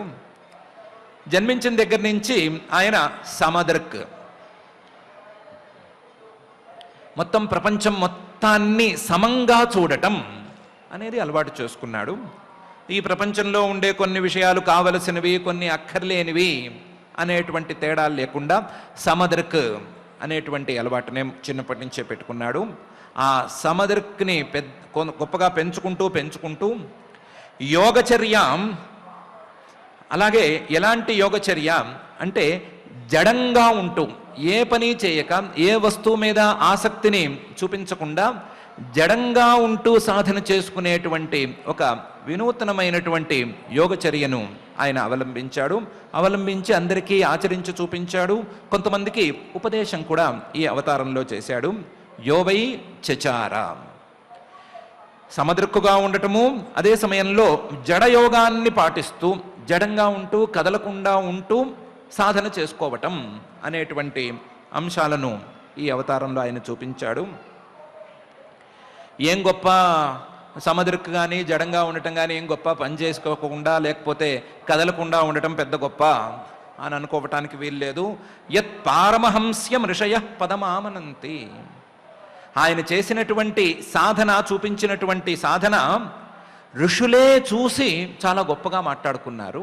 ఇది సామాన్యమైంది కాదు. పారమహంస్యం అంటే టాప్ ఎండ్ సాధనలో ఇది నంబర్ 1కి వస్తుంది. పారమహంస్యం, ఇక మీద ఈ సాధన అనేది చేస్తే తత్వజ్ఞానం అబ్బకుండా ఉండటానికి వీలే లేదు అనే స్థాయిలో ఉంటుంది. పరమహంస సన్యాసం అని దీనికి పేరు. ఆ పారమహంస్యం ఋషయ పదమామనంతి, ఈయన చూపించిన సాధన అలాంటిది అని మునులే, ఋషులే చాలామంది చెప్తారు. కాబట్టి తక్కువ స్థాయిది అని అనుకోకూడదు. ఎందుకంటే స్వస్థ, తనకంటే భిన్నమైనటువంటి ఏ వస్తువును తనలోకి ఆహ్వానించకుండా, తనలోకి తీసుకోకుండా, అది బాగుందనో బాలేదనో అనుకోకుండా, ప్రశాంతకరణ, తనకంటే భిన్నమైనటువంటి ఏ వస్తువు మీదకి తన ఇంద్రియాలను పంపించకుండా, ఇంద్రియాలన్నిటినీ వాటి స్థానాల్లో ప్రశాంతంగా ఉంచేసి వాటికి అలజడి కలగనివ్వకుండా, పరిముక్త సంగ, ఏ వస్తువుతోనూ సంబంధం పెట్టుకోకుండా ఉండి చూపించాడు. స్వస్థ, ప్రశాంతకరణ, పరిముక్త సంగ, ఈ 3 పదాలు చాలు. సమదృక్, యోగచర్యాం, జడయోగచర్యాం అనేటువంటి పదము చాలు. ఆయన ఏ స్థాయిలో సాధన చేసి చూపించాడు, ఏ స్థాయిలో అందరికీ ఉపదేశం చేశాడు అని చెప్పుకోవటానికి అని బ్రహ్మగారు ఈ శ్లోకంలో చెప్తున్నారు. నాభేరసా వృషభ ఆస సుదేవి సూను యోవై చచార సమదృగ్ జడయోగచర్యాం తత్పారమహంస్యం ఋషయః పదమామనంతి స్వస్థ ప్రశాంతకరణ పరిముక్త సంగ అనే ఈ శ్లోకంలో. బ్రహ్మగారికి కూడా తెలుసు, అవతారాలను గురించి చెప్పాలి అంటే చేతిలో ఆయుధం ఉండే అవతారం ఉండాలి. ఆ ఆయుధంతో ఎవరినో ఒకరిని కొట్టినట్టు కనిపించాలి. ఆ ఆయుధంతో కొడితే ఆహా వాడు రాక్షసుడు, వాడు పోయాడు, నన్ను రక్షిస్తాడు అదే ఆయుధంతో అనే నమ్మకం కలగాలి అని ఉంటుంది అందరికీ. ఆ అవతారాల వలన కలిగే ప్రయోజనాలన్నీ అలా ఉంటూ ఉండగానే జ్ఞానోపదేశమే ప్రధానంగా ఉండేటువంటి అవతారాలకు, అందులోనూ ఆచరించి చూపించేటువంటి అవతారాలకు విలువ చాలా చాలా ఎక్కువగా ఉంటుంది. ఆ అవతారాలను మధ్య మధ్యలో ఉంచి చూపిస్తే కానీ సామాన్యులకు అందటం అనేది జరగదు. కాబట్టి కాస్తంత ఇంట్రెస్ట్ లేకుండా వింటూ ఉన్నా సరే ఇందులో ఏమీ పెద్ద ట్విస్టులు అవి లేవు అని అనుకుంటూ ఉన్నా సరే ఇలాంటి అవతారాలను గురించి వినవలసిందే అనే అభిప్రాయాన్ని వ్యక్తపరుస్తూనే బ్రహ్మగారు ఈ అవతారాన్ని మన ముందు ఇలా ఉంచుతున్నారు. ఉంచి కాస్తంత ఏదైనా కిక్కు వచ్చేటువంటి అవతారం తర్వాత చెప్పకపోతే ఇబ్బందిగా ఉంటుంది కదా అని హయగ్రీవ అవతారాన్ని గురించి పై శ్లోకంలో చెప్తున్నారు. సత్రే మమాస భగవాన్ హయశీరషాథో సాక్షాత్ సయజ్ఞ పురుషస్తపనీయవర్ణ ఛందోమయో మఖమయోఖిల దేవతాత్మా వాచో బభూవురుషతీశ్వసతోస్య నస్తః అని. హయగ్రీవ అవతారం చాలా గొప్ప అవతారం. కోర్స్ ఇది కూడా జ్ఞానోపదేశ ప్రధానమైన అవతారమే. ఈ హయగ్రీవ అవతారంలో ఎంతోమందికి ఆయన జ్ఞానోపదేశం చేశాడు. విద్యాప్రదాత అని ఈ అవతారంలో ఉండేటువంటి పరమాత్మకు పేరు. కానీ కాస్తంత విచిత్రంగా అయితే ఉంది కదా. హయశీర్ష ఈ గుర్రం తలతోనూ మనిషి శరీరంతోనూ పుట్టుకొచ్చాడు. అది ఎప్పుడు పుట్టుకొచ్చాడు అంటే సత్రే మమాస భగవాన్, నేను బ్రహ్మని పెద్ద దీర్ఘసత్రం సుదీర్ఘకాలం పాటు సాగేటువంటి యాగం చేస్తూ ఉండగా ఆ యాగంలో ఈయన ప్రత్యక్షమయ్యాడు. యాగంలో చిన్న చిన్న సందర్భాలు వచ్చినాయి, పరమాత్మ వస్తే గాని గడవని సందర్భాలు వచ్చినాయి, అప్పుడు వచ్చాడు. సత్రే మమాస భగవాన్ హయశీర్షాథో సాక్షాత్ సయజ్ఞ పురుష. వచ్చినవాడు ఎవరో కాదు, ఏ యజ్ఞంతోనైతే యజ్ఞస్వరూపుడైనటువంటి పరమాత్మను నేను కొలవదలుచుకున్నానో ఆ పరమాత్మే, యజ్ఞస్వరూపుడైనటువంటి ఆ పరమాత్మే ఈ గుర్రపు తలతో హయ గ్రీవంతో దిగి వచ్చాడు. సాక్షాత్ సయజ్ఞ పురుష. ఎలా ఉన్నాడు? తపనీయ వర్ణ, బంగారం లాంటి వర్ణంతో మెరిసిపోతూ వచ్చాడు. ఆయన శరీరం అంతా కూడా బంగారంలాగా తళతళలాడిపోతోంది. జ్ఞానం యొక్క ప్రకాశం ఎంత గొప్పగా ఉంటుంది అని తెలియచెప్పటానికా అన్నట్లుగా తపనీయ వర్ణ, బంగారు వర్ణంలో ఆయన వచ్చాడు. వచ్చినవాడు ఎలా ఉన్నాడు అంటే ఛందోమయ, మొత్తం ఆయన శరీరమంతా వేదాలతో కుక్కి తయారు చేసినట్లుంది. వేదాలని కుక్కి కుక్కి పెడితే ఎలా ఉంటుందో అలా ఆయన శరీరం ఉంది. ఛందోమయ అఖిల దేవతాత్మ. ఏ శరీరంలో, ఆ శరీరంలోని ఏ అంశాన్ని చూసినా, ఏ భాగాన్ని చూసినా ఏదో ఒక దేవత కనిపించేటట్లుగా ఉంది. అఖిల దేవతలు ఆ శరీరంలోనే ఉన్నారు అన్నట్లుగా ఉంది. అఖిల దేవతాత్మ. ఇంతేకాదు మఖమయ, ఈ దేవతలను ఉంచుకుని ఈ వేద మంత్రాలతో చేయవలసినటువంటి ఆ యజ్ఞాలన్నీ కూడా ఆయన శరీరంలో స్పష్టంగా కనిపించినాయి. మఖమయ, ఛందోమయ, మఖమయ, అఖిల దేవతాత్మ. ఆ రూపంలో ఆయన సాక్షాత్కరించాడు. ఆయన బ్రహ్మనైనటువంటి నాకే ఉపదేశం చేయటానికి, నాకే యజ్ఞాలను ఎలా చేయాలి అనే ఉపదేశం చేయటానికి ఛందోమయమైన రూపాన్ని అదే క్షణాన్ని ధరించాడు. యజ్ఞాలను బోధించేటువంటి వేద వాక్యాలుగా తానే వచ్చాడు. వేదవాక్యాలను ఉపదేశం చేసే రూపంగా తానే దిగి వచ్చాడు. ఆ వేదవాక్యాలు బోధించేటువంటి యజ్ఞాల రూపంలోనూ తానే దిగి వచ్చాడు. మఖమయ. ఆ యజ్ఞాలలో ఆరాధించేటువంటి దేవతల యొక్క రూపంలో కూడా తానే ఆ స్వామి దిగి వచ్చాడు. అఖిల దేవతాత్మ. ఛందోమయ, మఖమయ, అఖిల దేవతాత్మ. అలాంటి ఆ యజ్ఞపురుషుడు యొక్క రూపం నుంచి, హయగ్రీవుడు యొక్క రూపం నుంచి వాచో బభూవు, వాక్కులు పుట్టుకొచ్చినాయి. ఎక్కడి నుంచి పుట్టుకొచ్చినాయి? నస్తః, ఆయన యొక్క నాసికా పుటాల నుంచి, ముక్కు రంధ్రాల నుంచి పుట్టుకొచ్చినాయి. వాచో బభూవు, ఎలాంటి వాక్కులు పుట్టుకొచ్చినాయి? ఉషతీహి, చాలా సుందరమైనటువంటి వేదవాక్యాల రూపంలో ఉండేటువంటి వాక్కులు పుట్టుకొచ్చినాయి. వాచో బభూవు ఉషతీహి. ఎలా పుట్టుకొచ్చాయి అంటే శ్వసత, ఆయన ఉచ్ఛ్వాస నిశ్వాసాలు చేస్తే గాలి ఒకసారి పీల్చుకునే ఒకసారి గాలి వదిలిపెట్టాడు అంటే ఒక వేద భాగం అనేది కిందకు ఊడిపడిపోతోంది. ఏదో ఒక మహర్షి గారికి ఆ వేదోపదేశం అనేది జరిగిపోతోంది. ఆ స్థాయిలో బ్రహ్మగారి సత్రంలో సకల వేదస్వరూపుడై, వేద ప్రతిపాద్యమైనటువంటి యజ్ఞస్వరూపుడై, ఆ యజ్ఞాలలో ఉండేటువంటి సకల దేవతామయమైనటువంటి మూర్తిని ధరించి బంగారు వర్ణంతో వేదాలను నిఖిల విద్యలను ఉపదేశం చేస్తూ హయగ్రీవంగా తాను అవతరించి నా సత్రాన్ని సార్థకం చేశాడు అని బ్రహ్మగారు హయగ్రీవ అవతారాన్ని గురించి చెప్తున్నారు. సత్రే సమాస భగవాన్ హయశీర్షాథో సాక్షాత్ సయజ్ఞ పురుష తపనీయ వర్ణ ఛందోమయో మఖమయోఖిల దేవతాత్మ వాచో బభూవు రుషతి శ్వసతోస్య నస్త అని. ఇంకా పైన చాలా అవతారాలను చెప్పబోతున్నారు. హయగ్రీవావతారం చాలా అట్రాక్టివ్గానే ఉన్నట్టుంది. ఎందుకంటే విద్య అనేది అందరికీ కావాలి అనేటువంటి అభిప్రాయమే ఉంటుంది. కాబట్టి విద్యలను ప్రసాదించే హయగ్రీవావతారం చాలా గొప్ప అవతారం అని అందరికీ అనిపిస్తూనే ఉంటుంది. కానీ ఈ అవతారం ఎంత గొప్పదో అంతే గొప్ప అవతారం పృథువు అవతారం, పుత్రావతారం అనే విషయాన్ని ఒకసారి మనం గమనిద్దాం.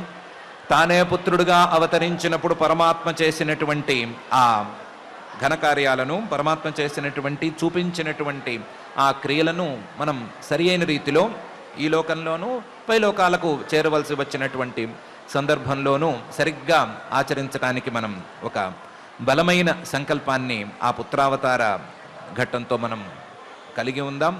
అదే సమయంలో ఇతర అవతారాలలో పరమాత్మ ప్రదర్శించినటువంటి విశేషాలన్నిటినీ కూడా మనసులో ఉంచుకుని ఆ అవతారాలను మనకు జ్ఞానోపదేశం చేయటం కోసమే పరమాత్మ గ్రహించాడు అనే విషయాన్ని గట్టిగా కనిపెట్టి మనం కూడా ఆ విషయాలను అందుకుని ఆ దారిలో నడిచి పరమాత్మ అనుగ్రహానికి పాత్రలమవుదాం. అలా పరమాత్మ అనుగ్రహానికి పాత్రత లభించేట్టుగా ఆశీర్వదించవలసిందిగా ఆ పరమాత్మనే నిరంతర హృదంతర సంచారిగా శ్రీనివాస స్వరూపంలో ఉండేటువంటి ఆయన్నే మనం ప్రార్థించుకుందాం. ఆ ప్రార్థనతో ఈరోజు పారాయణ కార్యక్రమాన్ని ప్రారంభించుకుందాం.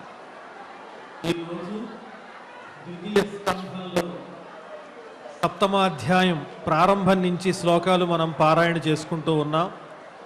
అథ శ్రీమద్భాగవతే పారమహంస్యాం సంహితాయాం ద్వితీయ స్కంధే సప్తమాధ్యాయే శ్లోకాః బ్రహ్మోవాచ యత్రోద్యతః క్షితితలోద్ధరణాయ బిభ్రత్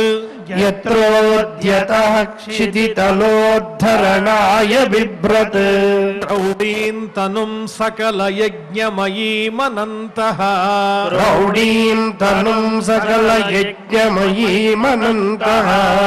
అంతర్మహార్ణవ ఉపాగతమాదిదైత్యం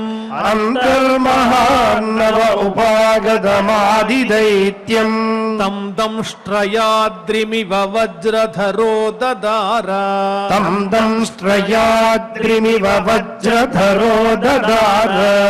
జాతో రుచేరజనయత్సుయమాన్ సుయజ్ఞః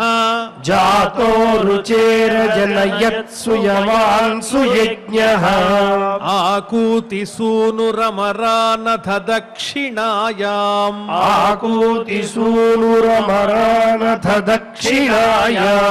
లోకత్రయస్య మహతీ మహరద్యదార్తిం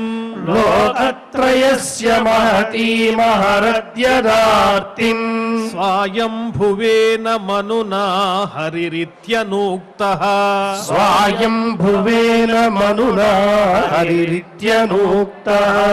జజ్ఞే చ కర్దమగృహే ద్విజదేవహూత్యాం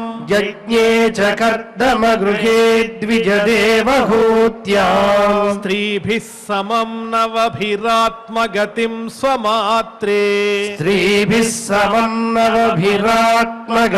స్వమాత్రే ఊచేయయాత్మశమలం గుణసంగపంకం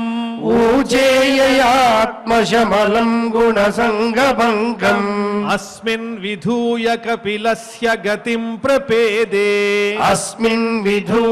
कपिलस्य गतिं प्रपेदे अत्रेरपत्यमभिकाङ्क्षत आह तुष्टो अत्रेरपत्यमभिकाङ्क्षत आह तुष्टो दत्तो मयाहमिति यद्भगवान् स दत्तः दत्तो मयाहमिति यद्भगवान् स दत्तः यत्पादपङ्कजपरागपवित्रदेहाः यत्पादपङ्कजपरागपवित्रदेहाः योगर्धिमा पुरुभयीं यदुहैहयाद्याः योगर्धिमा पुरुभयीं यदुहैहयाद्याः तप्तं तपो विविधलोकसिसृक्षया मे तप्तं तपो विविधलोकसुसृक्षया मे आदौ सनात् सतपसः स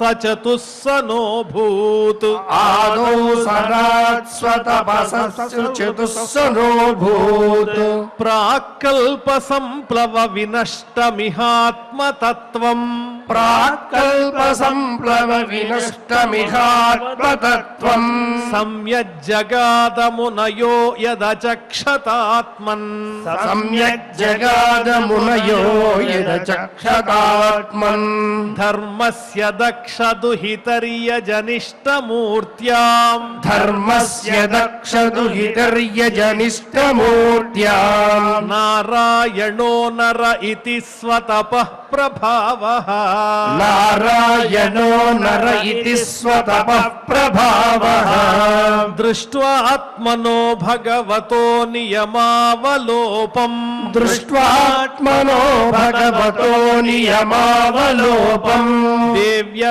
देव्यस्तनङ्गपृतना घटितुम् न शेकुः देव्यस्त्वनङ्गपृतना घटितुम् न शेकुः कामम् दहन्ति कृतिनो ननु रोषदृष्ट्या कामम् दहन्ति कृतिनो ननु रोषदृष्ट्या रोषम् दहन्तमुत तेन दहन्त्यसह्यम् रोषम् दहन्तमुत तेन दहन्त्यसह्यम् सोऽयम् यदन्तरमलम् प्रविशन् बिभेति सोऽयम् यदन्तरमलम् प्रविशन् बिभेति कामः कथन्नु पुनरस्य मनस्रयेत कामः कथन्नु पुनरस्य मनश्रयेत विद्धः सपत्न्युदितपत्रिभिरन्ति राज्ञो विद्धः सपत्न्युदितपत्रिभिरन्ति राज्ञो बालोऽपि सन्नुपगतस्तपसेवनानि बालोऽपि सन्नुपगतस्तपसेवनानि तस्मादाध्रुवगतिम् गृणते प्रसन्नो तस्मादध्रुवगतिम् गृणते प्रसन्नो दिव्यास्तुवन्ति मुनयो यदुपर्यधस्तात् दिव्यास्तुवन्ति मुनयो यदुपर्यधस्तात् यद्वेनमुत्पथगतम् द्विजवाक्यवज्र यद्वेनमुत्पथगतम् द्विजवाक्यवज्र विप्लुष्टपौरुषभगम् निरये पतन्तम् विप्लुष्टपौरुषभगम् निरये पतन्तम् त्रात्वार्धितो जगति पुत्रपदम् च लेभे त्रात्वार्थितो जगति पुत्रपदम् च लेभे दुग्धा वसूनि वसुधा सकलानि येन दुग्धा वसूनि वसुधा सकलानि येन नाभे रसा वृषभ आस सुदेवि सूनुः नाभे रसा वृषभ आस सुदेवि सूनुः यो वै चचार समदृग्जडयोगचर्याम् यो वै चचार समदृग्जडयोगचर्याम् यत्पारमहंस्य मृषयः పదమామనంతి యత్పారమహంస్యమృషయః పదమామనంతి స్వస్థః ప్రశాంతకరణః పరిముక్త సంగః స్వస్థః ప్రశాంతకరణః పరిముక్త సంగః సత్రే మమాస భగవాన్ హయసీరషాధో సత్రే మమాస భగవాన్ హయసీరషాథో సాక్షాత్ సయజ్ఞ పురుషస్తపనీయ వర్ణః సాక్షాత్ యజ్ఞ పురుషస్తవనీయ వర్ణః ఛందోమయో మఖమయోఖిల దేవతాత్మా ఛందోమయో ముఖమయోఖిల దేవతాత్మా వాచో బభూవురుషతి శ్వసతోస్య నస్తః వాచో బభూవురుషతి శ్వసతోస్య నస్తః మత్స్యో యుగాంత సమయే మనునోపలబ్ధః మత్స్యో యుగాంత సమయే మనునోపలబ్ధః క్షోణీమయో నిఖిల జీవనికాయకేతః శోణీమయో నిఖిల జీవనికాయకేతః విశ్రంసితానురుభయే సలిలే ముఖాన్మే విశ్రంసితానురుభయే సలిలే ముఖాన్మే ఆదాయ తత్ర విజహారః వేదమార్గాన్ ఆదాయ తత్ర విజహారః వేదమార్గాన్ క్షీరోదధావమరదానవయూధపానాం క్షీరోదధావరదానవయూధపానాం ఉన్మధ్నతామమృతలబ్ధయ ఆదిదేవః ఉన్మత్తతామృతలబ్ధయ ఆదిదేవః పృష్ఠేన కచ్చపవపుర్విదధార గోత్రం పృష్ఠేన కచ్చపవపుర్విదధార గోత్రం నిద్రాక్షణోద్రిపరివర్తకషాణకండూః నిద్రాక్షణోద్రిపరివర్తకషాణకండూః త్రైవిష్టపోరుభయః స నృసింహరూపం త్రైవిష్టపోరుభయః స నృసింహరూపం కృత్వా భ్రమద్భ్రుకుటిదంష్ట్రకరాళవక్త్రం కృత్వా భ్రమద్భ్రుకుటిదంష్ట్రకరాళవక్త్రం దైత్యేంద్రమాశుగదయాభిపతంతమారాత్ దైత్యేంద్రమాశుగదయాభిపతంతమారాత్ ఊరౌ నిపాత్య విదదారనఖై స్ఫురంతం ఊరో నిపాత్య విదదారనఖై స్ఫురంతం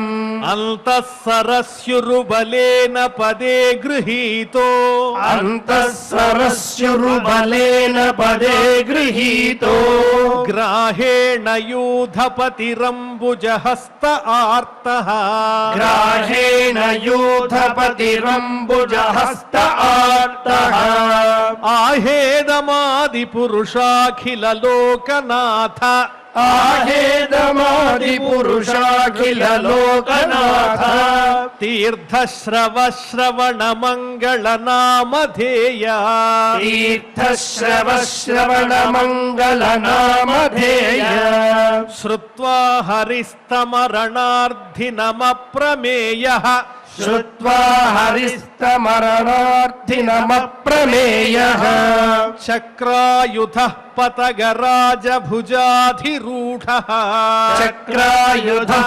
పతగరాజభుజాధిరూఢః చక్రేణ నక్రవదనం వినిపాట్య తస్మాత్ చక్రేణ నక్రవదనం వినిపాట్య తస్మాత్ హస్తే ప్రగృహ్య భగవాన్ కృపయోజ్జహార హస్తే ప్రగృహ్య భగవాన్ కృపయోజ్జహార ధ్యాయాన్ గుణైరవరజోప్యదితే సుతానాం ధ్యాయాన్ గుణైరవరజోప్యదితే సుతానాం లోకాన్ విచక్రమ ఇమాన్ యదథాధియజ్ఞః లోకాన్ విచక్రమ ఇమాన్ दधाधियज्ञः क्ष्मां वामनेन जगृहे त्रिपदच्छलेन मां वामनेन जगृहे त्रिपदच्छलेन याचनामृते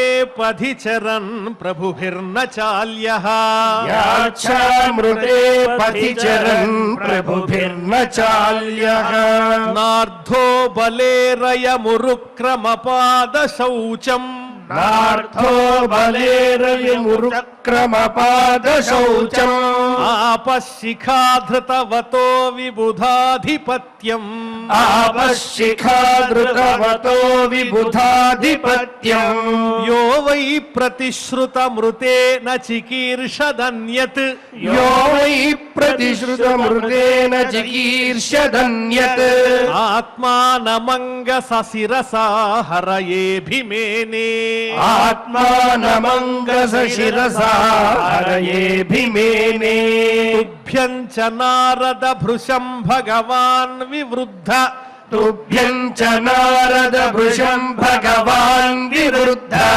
भावेन साधु परितुष्ट उवाच योगम् भावेन साधु परितुष्ट उवाच योगम् तुभ्यं च नारद भृशं भगवान् विवृद्ध भावेन साधु परितुष्ट उवाच योगम् तुभ्यं च नारद भृशं भगवान् विवृद्ध भावेन साधु परितुष्ट उवाच योगम् ज्ञानं च भागवतमात्मसतत्त्वदीपम् ज्ञानं च भागवतमात्मसतत्त्वदीपम् यद्वासुदेव शरणा विदुरञ्जसैव यद्वासुदेव शरणा विदुरञ्जसैव चक्रं च दिक्ष्वविहतं दशसु स्वतेजो चक्रं च दिक्ष्वविहतं दशसु स्वतेजो